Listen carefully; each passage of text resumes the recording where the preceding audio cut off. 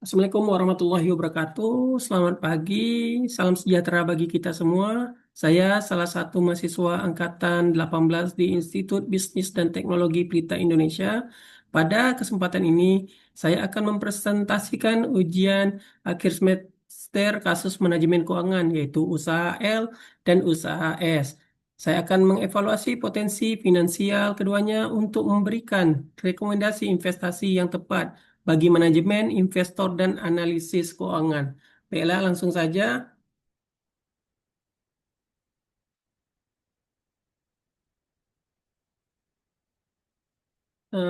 PT Pelita merencanakan untuk membuka dua usaha baru, yaitu usaha L dan usaha S, dengan kebutuhan investasi masing-masing sebesar 1.000 juta. Dari jumlah tersebut, 200 juta akan dialokasikan untuk modal kerja dan sisanya sebanyak 800 juta untuk investasi aset tetap. Laporan ini akan mengevaluasi kelayakan dan menganalisis kelayakan kedua usaha tersebut menggunakan berbagai matriks keuangan. Kemudian struktur modal perusahaan saat ini. Struktur modal PT Pelita saat ini terdiri dari utang 25%, saham preferen 15%, saham biasa 60%. Ya, kita sama-sama lihat diagram lingkarannya dari modal PT Pelita saat ini. Kemudian data tambahan perusahaan, suku bunga bebas resiko risk free rate sebesar 6%, return yang diharapkan di pasar market return 10%, pajak perusahaan 30%, risiko pasar beta 1,2, kemudian interpretasi beta jika indeks harga saham gabungan naik 10%, return saham perusahaan akan naik 12%. Sebaliknya, jika indeks harga saham gabungan turun 10%, return saham perusahaan akan turun 12%. Harga saham saat ini sebesar Rp1.000. Dividen yang dibagikan tahun lalu sebanyak Rp200. Reinvestment rate sebesar 10%. Sama-sama kita lihat komponen komponen dan nilai. Suku bunga bebas risiko sebanyak 66%, return pasar 10%, pajak perusahaan 30%, beta risiko pasar 1,2, harga saham Rp1.000, dividen tahun lalu Rp200, kemudian reinvestment rate 10%. Sama-sama kita lihat visual interpretasi beta terhadap indeks harga saham gabungan. Kemudian pembiayaan investasi baru. Untuk memenuhi kebutuhan dana investasi, PT Pelita akan menerbitkan pertama obligasi sebesar 250 juta dengan nilai Rp1.000. Biaya emisi obligasi adalah Rp75 per lembar, sehingga dana bersih yang diterima adalah 925 per lembar, yaitu 1.000 dikurang Rp75. Kupon yang dibagikan adalah 12% per tahun selama 5 tahun. Saham preferen sebanyak 100.000 lembar dengan harga Rp1.500 per lembar. Dividen yang akan diberikan sebesar Rp125 dan biaya emisi saham preferen 2%. Laba ditahan Rp300 juta akan dimanfaatkan.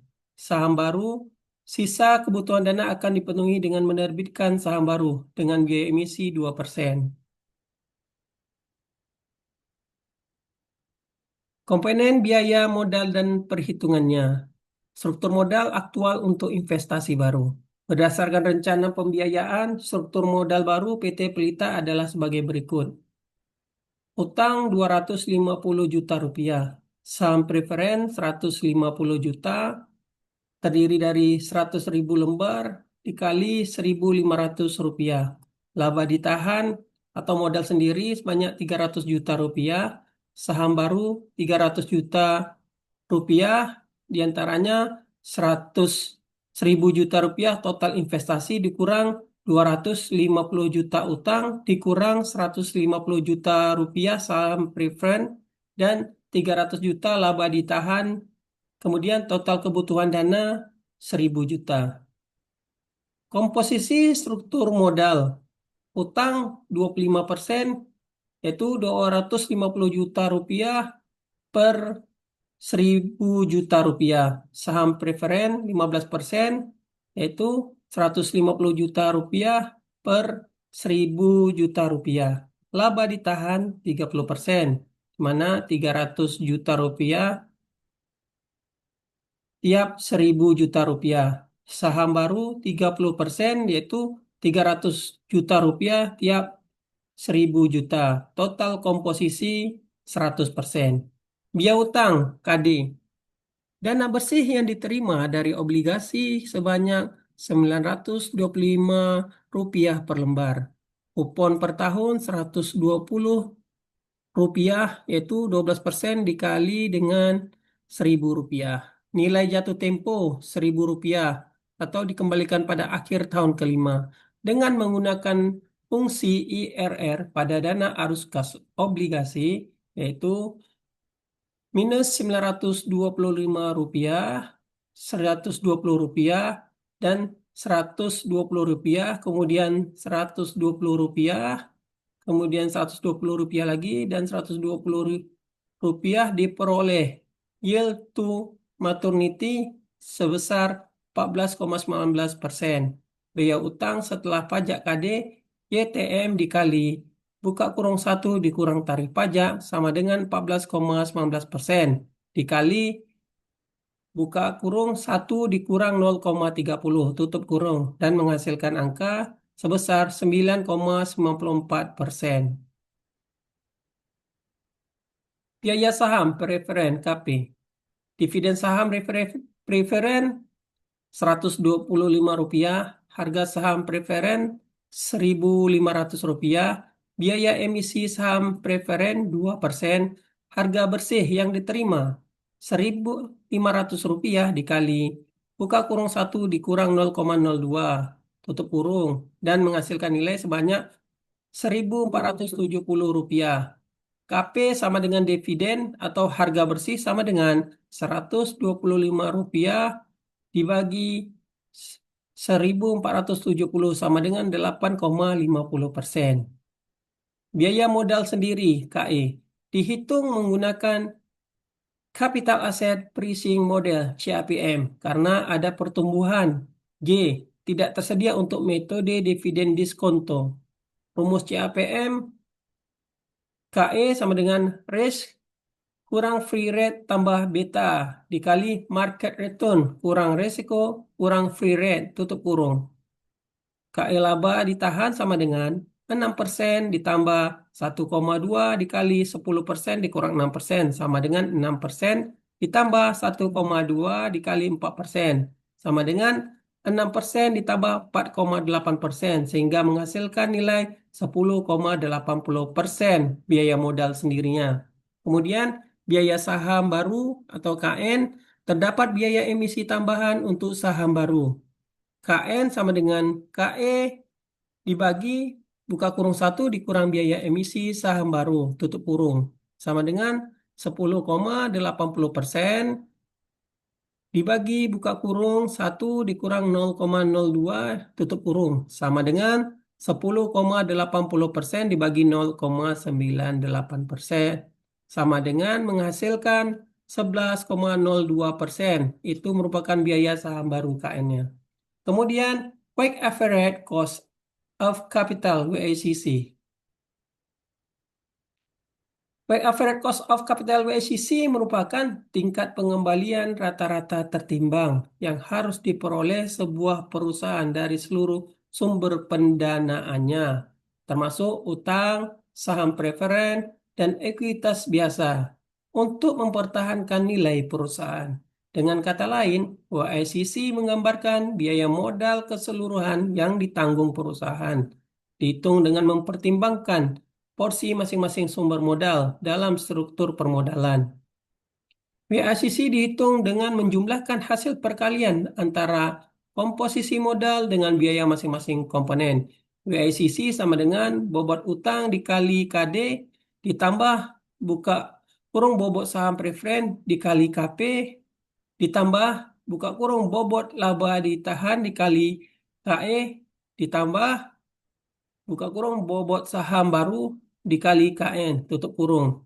Jadi WACC sama dengan dari nilai yang kita dapat dari di atas, yaitu 0,25 dikali 9,94%, ditambah 0,15 dikali 8,50%, kemudian ditambah 0,30 dikali 10,80%, dan ditambah 0,30 dikali 11,02%.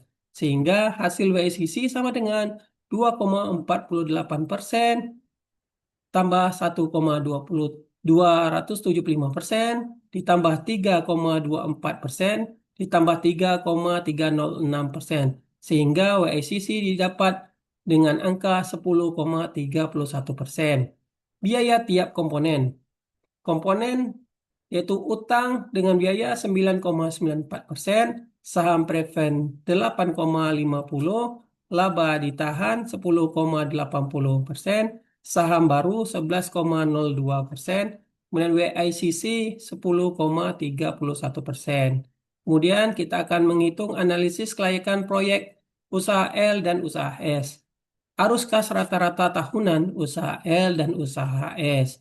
Kondisi proyek dipertimbangkan dalam 3 skenario, yaitu pesimis 20%, moderate 60%, dan optimis 20%.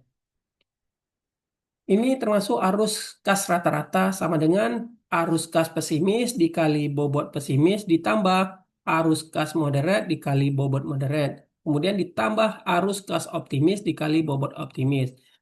Sehingga tabel usaha L dapat kita lihat sama-sama, yaitu pada tahun pertama investasi awal minus Rp1.000. Kemudian rata-rata arus kasnya juga minus Rp1.000. Kemudian di tahun pertama pesimis 20%, yaitu pada angka Rp150. Sementara moderatnya Rp200, optimis Rp250, kemudian rata-rata arus kas sebanyak Rp200. Kemudian pada tahun kedua, pesimis 20%-nya terletak pada angka Rp200, kemudian moderate Rp250, optimisnya Rp300. Kemudian rata-rata arus kas pada tahun pertama sebanyak Rp200. Kemudian di tahun kedua pesimis 20% dengan nilai Rp200, moderate 60% pada nilai Rp250, optimis 20%-nya Rp300, sehingga rata-rata arus kas pada tahun kedua yaitu sebesar Rp250. Kemudian di tahun ketiga, pesimis 20% di angka Rp250, moderate 60% pada angka Rp300, optimis 20% di angka Rp350. Kemudian rata-rata arus kas pada tahun ketiga sebesar Rp300. Kemudian pada tahun keempat pesimis 20% di angka Rp300, moderate 60% di angka Rp350, optimis 20% pada angka Rp400. Kemudian rata-rata arus kas pada tahun keempat sebesar Rp350. Kemudian yang terakhir pada tahun kelima, pesimis Rp350, moderate 60% di angka Rp400, optimis 20% pada angka Rp450, sehingga didapat rata-rata arus kas pada tahun kelima sebesar Rp400. Kemudian kita akan melanjutkan pada tabel usaha S, di mana pada tahun pertama tetap juga pesimisnya minus 1.000, moderate minus 1.000, optimis minus 1.000, rata-rata arus kas pada tahun pertama, pada tahun awal sebesar minus Rp1.000. Kemudian pada tahun pertama, pesimis Rp250, moderate Rp300, optimis Rp350, sehingga rata-rata arus kas pada tahun pertama Rp300. Kemudian di tahun kedua, pesimis Rp300, moderat Rp350, optimis Rp400, sehingga rata-rata arus kas di tahun kedua sebesar Rp350. Kemudian di tahun ketiga, pesimis Rp350, moderat Rp400, optimis Rp450, sehingga rata-rata arus kas di tahun ketiga sebesar Rp400. Di tahun keempat, pesimis Rp400, moderat Rp450, optimis Rp500, dan rata-rata arus kas sebesar Rp450 di tahun keempat. Kemudian di tahun terakhir pada tahun kelima, pesimis Rp450, moderat Rp500, optimis Rp550, sehingga rata-rata arus kas di tahun terakhir di tahun kelima sebesar Rp500. Kemudian kita akan menghitung payback period, yaitu PB. PB ini mengukur berapa lama waktu yang dibutuhkan investasi untuk mengembalikan modal awal, yaitu kita masuk pada usaha L, di mana investasi awal Rp1.000, tahun pertama Rp1.000 dikurang Rp200, sehingga jumlahnya Rp800. Kemudian di tahun kedua Rp800 dikurang Rp250, berada pada posisi Rp550. Kemudian di tahun ketiga Rp550 dikurang Rp300 menjadi Rp250, sehingga sisa yang harus ditutupi pada tahun berikutnya yaitu Rp250, sehingga arus kas pada tahun keempat sebesar Rp350, sehingga waktu tambahan Rp250 dibagi Rp350 dikali 12 bulan dan didapati dengan angka atau dengan nilai 8,57 bulan.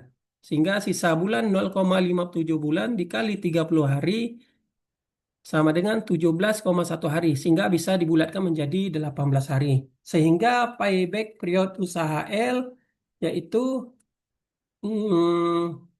di tahun ketiga, yaitu bulan ke-8, kemudian pada hari ke-18. Artinya modal Rp1.000 juta akan kembali dalam 3 tahun, 8 bulan, 18 hari. Kemudian kita berpindah ke usaha S, di mana investasi awal sebesar Rp1.000, tahun pertama Rp1.000 dikurang Rp300,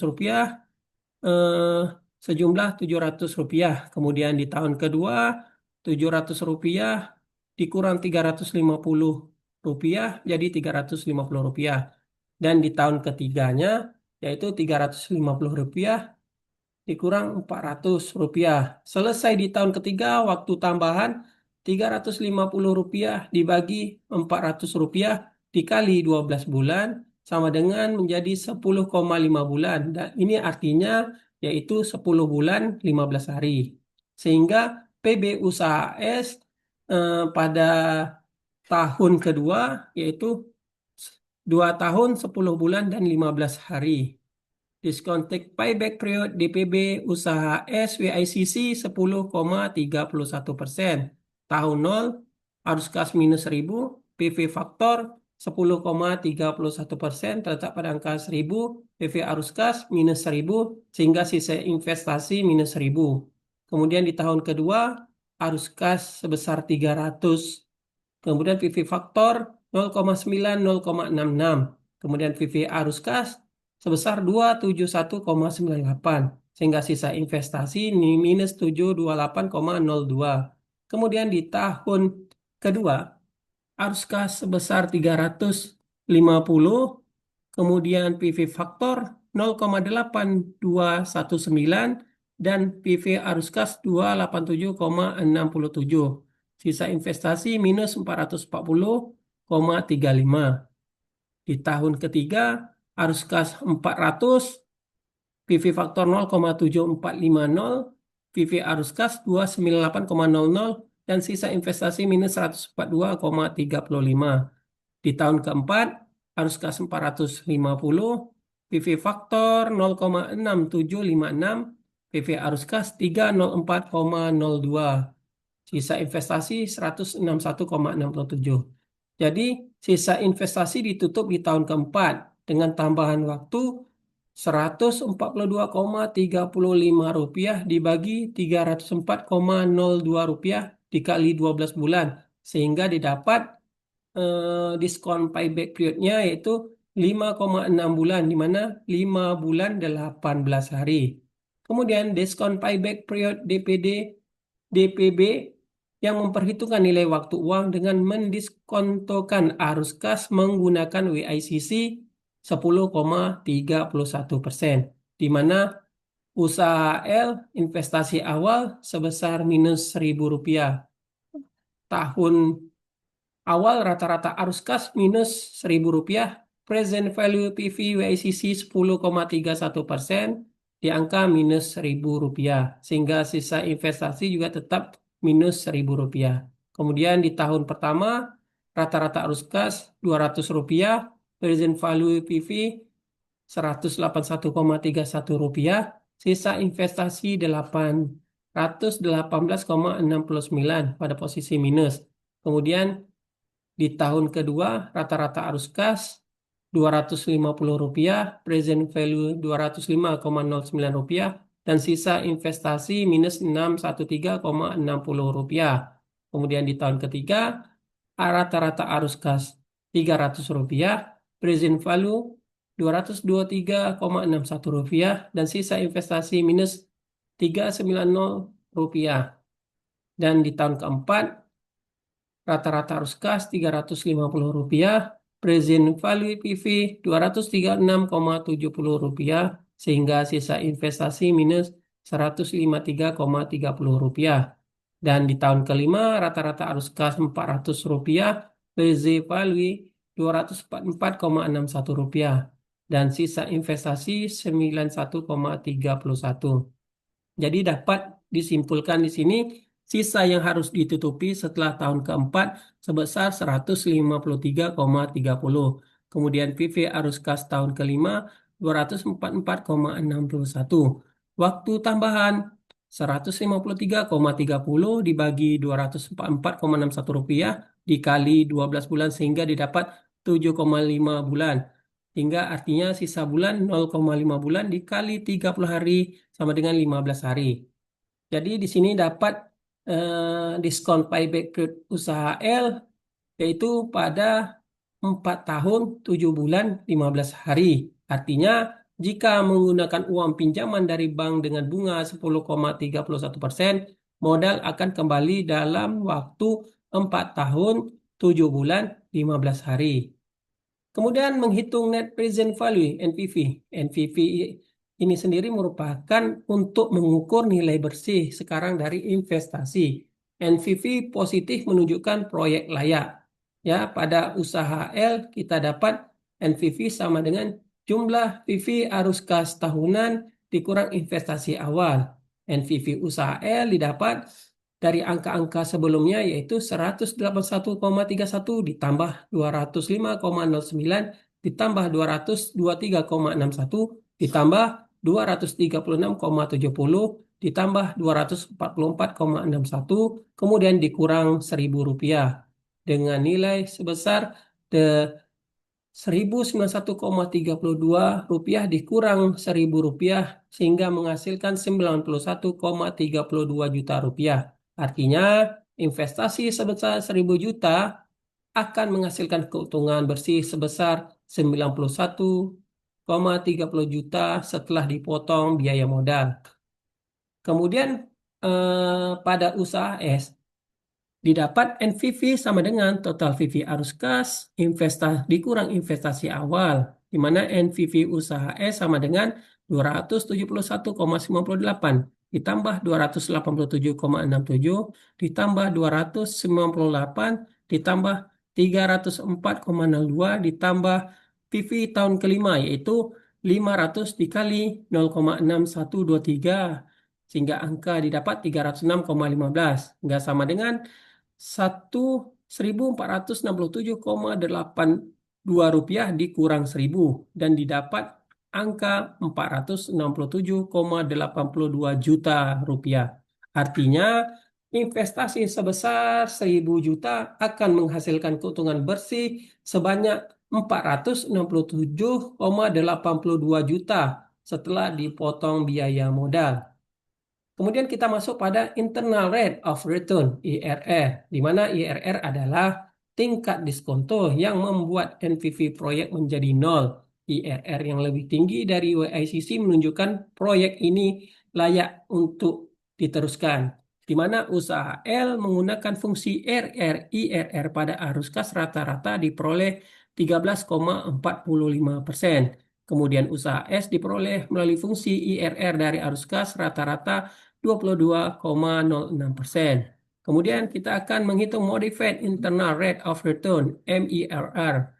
MERR adalah alternatif IRR yang mengasumsikan reinvestasi arus kas pada tingkat lebih realistis, reinvestment rate.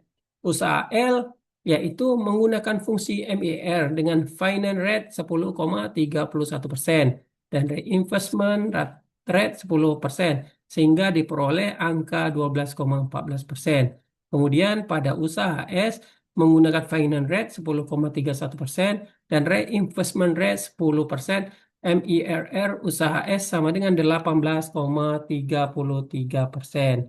Kemudian kita akan menghitung analisis resiko, probability of loss, di mana menghitung kemungkinan kerugian berdasarkan distribusi normal. Pada usaha L, varian arus kas tahunan, contoh perhitungan tahun pertama, yaitu Rp150 dikurang Rp200 dikali 2 dikali 0,20 ditambah Rp200 dikurang 200 dikali 2, kemudian dikali 0,60 ditambah 250 dikurang Rp200, kemudian dikali 2 dan dikali lagi dengan angka 0,20 sehingga didapat varian arus kas tahunan usaha L sebesar Rp1.000. Standar defisiasi SD, akar kuadrat dari varian SD usaha L sama dengan Rp53,70. Z-score dan Z-score sama dengan 0,NVD 0 dikurang NVV dibagi SD, di mana 0 dikurang Rp91,32 dibagi 53,70 sehingga didapat angka minus 170. Probability of loss menggunakan fungsi norm SDST pada Z-score diperoleh angka 4,39%. Artinya terdapat kemungkinan kerugian sebesar 4,39% untuk usaha L. Pada usaha S, varian dan defisiasi standar dari arus kas SD usaha S sama dengan Rp107,21. Z-score 0 kurang NPV berbagi SD sama dengan 0 kurang 200 dibagi 107,21 sehingga didapat angka minus 1,86 dan probability of loss-nya di angka 14,35%. Jadi dapat kita sama-sama melihat rekapitulasi hasil usaha L dan usaha S, di mana metrik payback period PB usaha L 3 tahun 8 bulan 18 hari, sementara usaha S 2 tahun 7 bulan 28 hari, sehingga dapat kita simpulkan bahwa di sisi payback period S lebih baik atau lebih cepat balik modalnya. Kemudian di sisi discounted payback period DPB usaha L dengan lama waktu 4 tahun 7 bulan 15 hari. Kemudian usaha S 3 tahun 10 bulan 23 hari. Sehingga dapat disimpulkan bahwa S lebih baik atau lebih cepat balik modal dengan diskon pada diskon payback period. Kemudian dari segi NPV, usaha L sebanyak 51,32 juta, usaha S 200 juta rupiah. S lebih baik atau lebih untung dan lebih besar dari L. Kemudian dari segi IRR, usaha L sebesar 13,45%. Kemudian usaha S sebesar 22,06%. Dan dapat disimpulkan bahwa dari segi IRR, S lebih baik atau tingkat keuntungan lebih tinggi. Kemudian di Segi MIRR, usaha L sebesar 12,14%, sedangkan usaha S 18,33%. Sehingga dapat disimpulkan dari MIRR, S lebih baik atau tingkat keuntungan lebih tinggi. Kemudian, dari segi probability of loss, usaha L sebesar 4,39% dan usaha S sebanyak 14,35%. Sehingga dapat disimpulkan dari segi probability of loss, S lebih baik atau resiko lebih kecil. Kemudian, dari segi analis crossover ini merupakan membantu untuk menemukan proyek mana yang lebih baik pada tingkat WICC yang berbeda. Titik crossover adalah WICC di mana NPV kedua proyek sama. Crossover point menggunakan IRR dari selisih arus kas usaha L dan usaha S, sehingga diperoleh dengan nilai 5,61%. Interpretasi jika YCC di bawah 5,61%, contoh 0% atau 5%. Kemudian usaha L memiliki NPV yang lebih tinggi sehingga usaha L lebih baik. Kemudian jika YCC di atas 5,61%, sebagai contoh 10% atau 15%, usaha S memiliki NPV yang lebih tinggi sehingga lebih baik. Jadi sesama kita lihat grafik crossover analysis, grafik akan menampilkan NPV usaha L dan usaha S pada berbagai tingkat YCC dengan titik potong pada poin 5,61%. Di mana usaha S kita lihat pada grafik yang berwarna biru, sementara usaha S pada grafik yang berwarna merah. Kesimpulan dan rekomendasi. Secara umum berdasarkan matrik payback period, discounted payback period, NPV, IRR, dan IRR, usaha S menunjukkan kinerja keuangan yang lebih unggul dibandingkan usaha L. Usaha S menawarkan pengembalian modal yang lebih cepat dan keuntungan yang lebih besar dalam bentuk nominal maupun persentase. Namun penting untuk dicatat di sini bahwa usaha L memiliki risiko kerugian yang lebih rendah, yaitu pada angka 4,39% dibandingkan dengan usaha S sebesar 14,35%. Ini menunjukkan bahwa usaha S meskipun menjanjikan keuntungan yang lebih tinggi, juga datang dengan tingkat risiko yang lebih tinggi. Analisis crossover lebih lanjut mengungkapkan bahwa keputusan investasi optimal tergantung pada WACC perusahaan. Jika WACC PT Pelita berada di bawah 5,61%, maka usaha L lebih direkomendasikan karena menawarkan NPV yang lebih tinggi. Jika WACC PT Pelita berada di atas 5,61%, seperti WACC pada saat ini yaitu 0,31%, maka usaha S lebih direkomendasikan. Mengingat YCC PT Pelita pada saat ini adalah 10,31% yang berada di atas titik crossover. PT Pelita disarankan untuk memilih usaha S meskipun memiliki resiko kerugian yang lebih tinggi. Potensi keuntungan yang signifikan dari usaha S tampaknya membenarkan resiko tersebut pada tingkat biaya modal perusahaan saat ini. Namun, manajemen harus mempertimbangkan toleransi risiko perusahaan sebelum mengambil keputusan. Kemudian, terima kasih. Mungkin sampai di situ penjelasan saya tentang usaha S dan usaha L. Kemudian apabila ada yang salah, saya mohon maaf. Demikian, wabillahi taufik walhidayah. Wassalamualaikum warahmatullahi wabarakatuh.